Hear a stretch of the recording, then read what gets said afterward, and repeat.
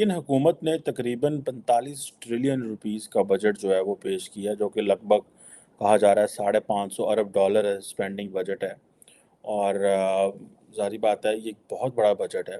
Recently India में budget पेश किया गया है और उसमें कश्मीर का जो हिस्सा दिया गया है वो 355 बिलियन रुपीस दिए गए हैं। पाकिस्तान की अगर बात करें, पाकिस्तान में आए दिन क्राइसिस को लेकर प्रोटेस्ट हो रहे हैं। अब आप ये इमेजिन करें कि 10 साल अगर वो रहे हैं तो वो बजट भी पेश कर रहे हैं और तगड़ा बजट पेश कर रहे हैं। हिंदुस्तान के जो फॉरेन एक्सचेंज रिजर्व्स हैं, जो तस्वीर मेरी हो सकती है $600 बिलियन हैं, कोई एक लीडर उनका, उनके कोई बाहर प्रॉपर्टीज हैं, बाहर कोई रहते हैं, कोई एक नाम लिया जाए, कोई मोदी की हैं। पाकिस्तानियों के लिए एक और बुरी खबर, कौम को एक और कमर तोड़ झटका देने की तैयारी कर ली गई। IMF का हुकूमत को पेट्रोल पर 17% टैक्स। मैं बेवकूफ का लफ्ज तो नहीं इस्तेमाल करना चाह रहा, लेकिन बहुत सीधे हैं आप लोग, ठीक है ना। आप लोगों को यह भी नहीं पता IMF होता क्या है। हुकूमत ने IMF के सामने घुटने टेक दिए। उन्होंने तकरीबन 355 बिलियन रुपीस सिर्फ कश्मीर के लिए दिए हैं। तो ये पहले तो इतने पैसे नहीं कभी उन्हें दिए थे। इंडिया जो है स्ट्रॉन्गर इंजन है ग्लोबल ग्रोथ का। जिस कश्मीर की हम बात करते हैं, संसद में निर्मला सीतारमण ने बुधवार को केंद्रीय बजट पेश किया, जिसमें कि पाकिस्तान भारत के केंद्रीय बजट के आंकड़ा देखकर काफ़ी हैरान परेशान दिखाई दे रहा है। केंद्रीय बजट में जम्मू कश्मीर और लद्दाख का बजट बढ़ाए जाने के बाद अन्य विकास योजना के साथ साथ अन्य सीमावर्ती क्षेत्रों का विकास होगा।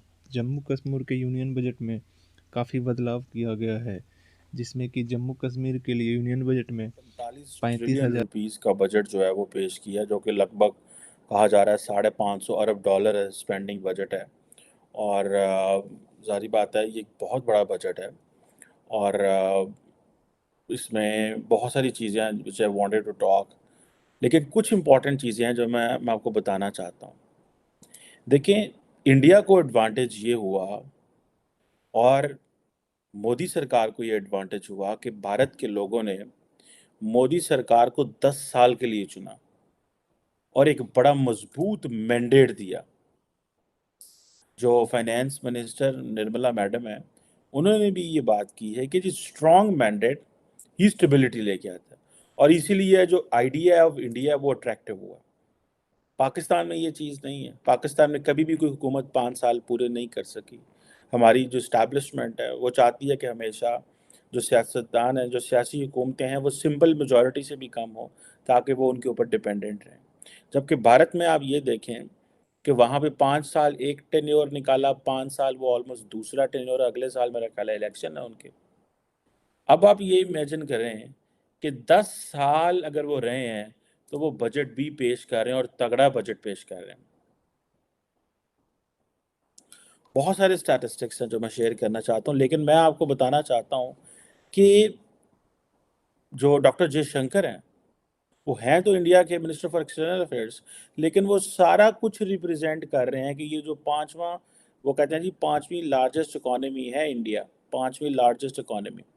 और हमने अपना जो दुनिया के सामने बजट रखा है, उन्होंने बेसिकली 10 इंपॉर्टेंट चीज़ें गिनवाई हैं। उन्होंने कहा जी इंडिया जो है वो एक, पहली बात उन्होंने ये कि नहीं इंडिया जो है स्ट्रॉन्गर इंजन है ग्लोबल ग्रोथ का। ठीक है जी। वो कह रहे हैं जो कैपिटल इन्वेस्टमेंट आउटले है वो तकरीबन 10 ट्रिलियन रुपीज़ है।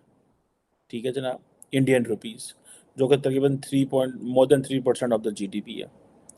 यानी कि आप देखें कि वो कह रहे हैं ग्रोथ ही हमसे हो रही है, इंजन ऑफ ग्रोथ है। This is what he is telling to the world. This is the first thing which doctor Jaishankar as a minister for external affair, मुझे नहीं याद पाकिस्तान के फाइनेंस मिनिस्टर जो है, फॉरेन मिनिस्टर है, वो फाइनेंस मिनिस्टर या गवर्नमेंट की जो चीज़ें हैं वो आके ट्वीट करे या लोगों को बताए, या फॉरेन ऑफिस जो है वो अपनी प्रेस रिलीज बताए और कहे कि देखो ये इकॉनमी है, ये मेरी सक्सेस है।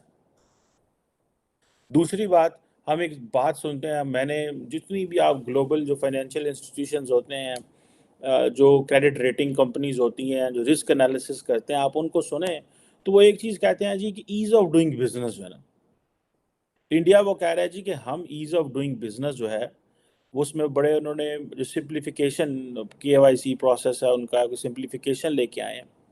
और इस तरह की जो चीज़ें उन्होंने की हैं जिसे वो सेंट्रल डाटा प्रोसेसिंग सेंटर उन्होंने बनाए हैं।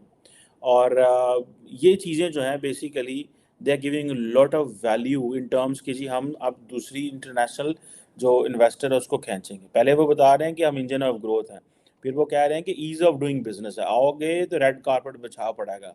पाकिस्तान की तरह नहीं है कि सिर्फ चीनियों को ही रेड कारपेट मिलेगा, और वो भी चीनियों ने ज़बरदस्ती डलवाया हमसे रेड कारपेट, क्योंकि उनके पास बहुत कुछ था देने का। हमने वो फटाफट वो महंगे दामों वो सूद वाले कर्जे तो ले लिए, और अब वो किसी और मुल्क को हम वो फेवर देने को तैयार नहीं थे, जिसके ऊपर I have personal understanding of that and I have met people जिन्होंने कंप्लेंट्स की हुई हैं।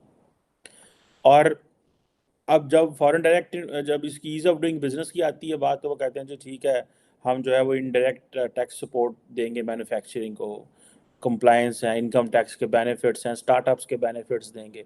दिस इज़ व्हाट वो अपना दुनिया को इमेज ये दिखा रहे हैं। फिर वो बात कर रहे हैं कि जी हम अच्छी लॉजिस्टिक्स और इंफ्रास्ट्रक्चर, वो रेलवे आउटले की बात कर रहे हैं कि जो रेलवे है वो तकरीबन उसका जो आउटले है वो 240 बिलियन का है, ठीक है जी, rupees. 100 critical transport infrastructure projects हैं, 50 ऑन दी अदर हैंड। एक चीज़ याद रखें, India is too big, India is a country for 1.4 billion people, India is not a country for 200 million people और 300 मिलियन पीपल और 400 मिलियन और 500।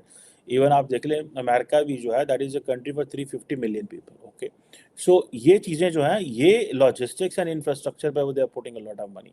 Recently India में budget पेश किया गया है और उसमें कश्मीर का जो हिस्सा दिया गया है वो 355 बिलियन रुपीस दिए गए हैं। पाकिस्तान की अगर बात करें, पाकिस्तान में आए दिन क्राइसिस को लेकर प्रोटेस्ट हो रहे हैं, कभी पीपल पार्टी, कभी पीटीआई, कभी नून लीग, कभी जमात इस्लामी, तो कभी कोई पार्टी। लेकिन हर एक प्रोटेस्ट में, हर एक जलसे में अगर नारा लगाया जाता है वो यही लगाया जाता है, भारत का जो यार है वो गद्दार है। इंटरनेशनल लेवल पर हम जाके कहते हैं कि हमें रिलेशन बेहतर करने हैं, पब्लिक को हम बताते हैं कि भारत का जो यार है वो गद्दार है। इसी हवाले से पाकिस्तान पीपल पार्टी का यहाँ पे प्रोटेस्ट जारी है। उनके रहनुमाओं से, उनके लीडर से बात करेंगे कि क्या ये दोगली पॉलिसी नहीं है। दुनिया टेक्नोलॉजी की तरफ तेज़ी से बढ़ रही है, दुनिया डेवलपमेंट की तरफ जा रही है। जिस कश्मीर की हम बात करते हैं वहाँ का इंफ्रास्ट्रक्चर दिन ब दिन बेहतरी की तरफ जा रहा है और पाकिस्तान में क्राइसिस बढ़ते जा रहे हैं।